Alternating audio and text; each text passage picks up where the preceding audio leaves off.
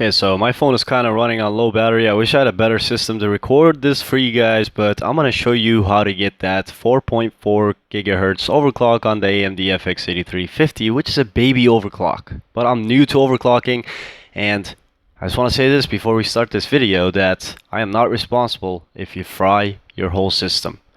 Now, this is on the, as the title suggests, or states, that this is on the Gigabyte motherboard, 970a-ds3p.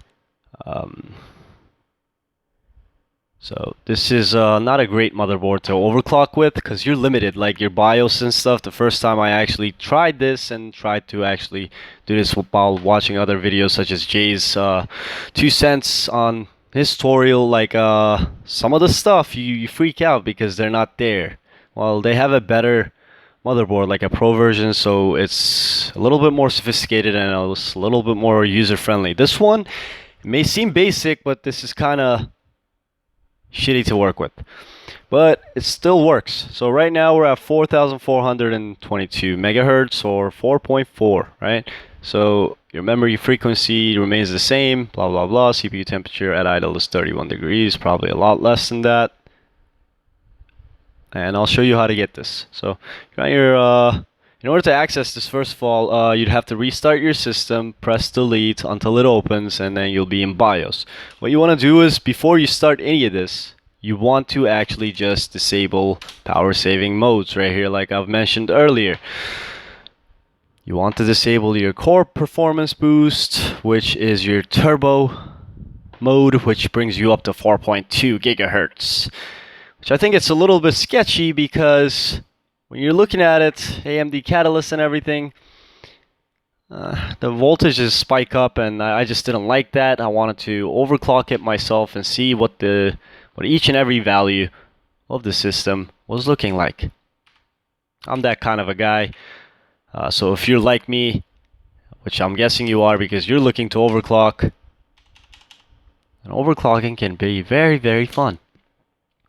I'm serious. So you want to disable this, and you want to just use the multiplier. You want to up the multiplier. That's how you overclock. So I upped it first. What I did was, at the beginning, what I did was I disabled the core performance boost, disabled the CPU unlock, which is already disabled by default. You want to disable the cool and quiet. What this does is that actually lowers your core speeds, or the clock ratio, during idle, or when your CPU does not need that speed. It's great. I mean, it is great, and it will help the longevity of your CPU.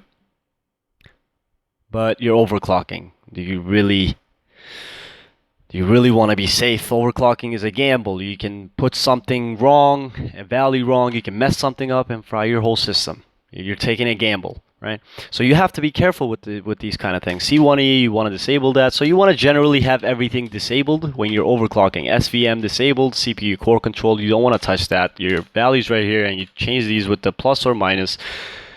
Your values are 1 core, 2 core, 4 core, and 6 core. You don't want to just, jump into it. I just left it at automatic, and I did a lot of research before actually attempting this myself. Core C6 states now Jay's 2 cents actually says to enable this, that he sees lower temperatures, and he's right, yes. But at first you want to see what your raw, in my opinion, what your raw data is looking like, right? So you want to disable everything, because this, as you can see, it says that right here, this feature will reduce power consumed by the CPU. So you won't necessarily know how much power your CPU needs for that overclock. HPC mode, this is already disabled by stock. You want to keep it disabled. APM, you want to disable that. From what I've read, it has something to do with the turbo mode, but let's move on. You go to advanced memory settings. I didn't touch any of this. Right, this was all like this. You don't want to touch this yet. I don't even think you have to touch it. CPU V-core values, you don't want to leave this at auto, because it can be unstable, and you want to have it static because you're going for that static clock speed, right? So, and in order to get it static, like I said, you have to disable that cool and quiet. And this is Northbridge core. DRAM is the voltage that controls the DRAM is the thing that controls your voltage, that controls the electricity going into your RAM in order to make it work right. So unless you're overclocking your RAM, which is through here, you don't really need to mess with that. See, if you actually just do this, right? So it's at 200 megahertz right now. You press plus once, and it'll go to the next value, and you see how your speeds are changing because you're changing that. You can combine these. I haven't messed with it yet. I just leave it on auto. I want to see what I can take this up to with the multiplier, just the multiplier itself, and then you can start messing around with that. Now, I'm at 4.4 gigahertz, and it ran very, very stable, 100% temps on liquid cooling with the 875, which is an average liquid cooler, but it's great overall. I haven't had any issues with it. I was at 41 degrees Celsius on 100% CPU usage, which you're never going to get while you're gaming, let's be honest. But those values are great, and I haven't touched it. I haven't touched the voltage, which I had initially put it at 0.08 to 0, and now, no, I didn't just put this right away. I did a lot of testing. Now, when I disabled it, before I disabled it, I saw what the turbo was kind of using when it was engaging in that turbo mode. So during 4.2, when it was kicking in there, I was using around 1.4 from what I was seeing. So I assumed 1.3875 will be a good starting area. And I saw what the normal voltage was. So when you actually go right here at the beginning and disable your advanced CPU core features that I told you about, your right here, your V-core voltage will change. It will initially be at like 1.29 or 1.3 something, right? And when you disable those, it'll be at 1.296 or something like that, as far as I can remember. And then what you can do is you can go into your trusty calculator in here, and you can type in 1.375 and then minus it by 1.296. Kind of hard to do this. What the hell? 1.296 minus, actually 1.375 minus 1.296. And then you get that value, right? Which is 0.079, which is 0.080, because you don't have that option to do this in here where you get to type it in like this, which I'll show you right here. Let's say I wanted to do like 0.9, right? Doesn't let you do that. It goes into the next value. So you want to leave it the closest to it and be generally safe. So you want to have more than less, right?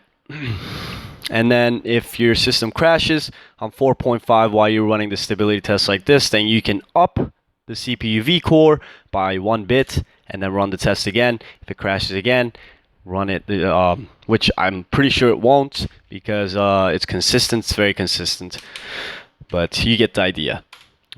This shows you everything else. Right here, if you want to up your CPU fan speed to 100%, which I recommend while you're overclocking, there's an option right here that says CPU fan speed control. You want to actually go right here. This is the setting that it will be on stock boards or the stock values. What you want to do is you want to just disable it, and you could actually put this CPU warning temperature as well, 80 degrees Celsius, 176 degrees Fahrenheit, which is what I assume when things start to break down, right, in your CPU. So right now the core voltage that we're using, or the CPU V-cores that we're using, is 1.368. Your DRAM, we haven't touched that at all yet, is 1.476. Everything else is the same. So you go right here, look at these. So we're at good value right now. Everything looks good. So we go right here and we're gonna up it one more, right?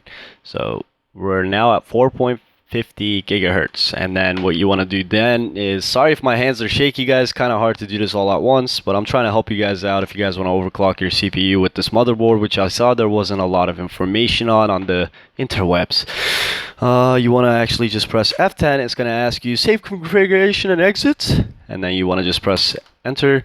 Then your PC is going to actually shut down. Don't freak out, it'll come back on.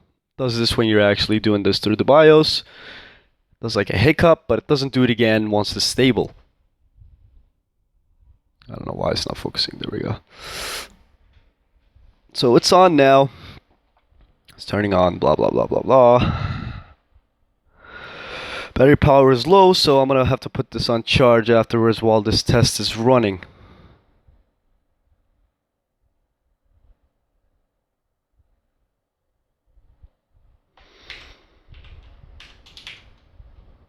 So wait till this kicks in, it'll open up.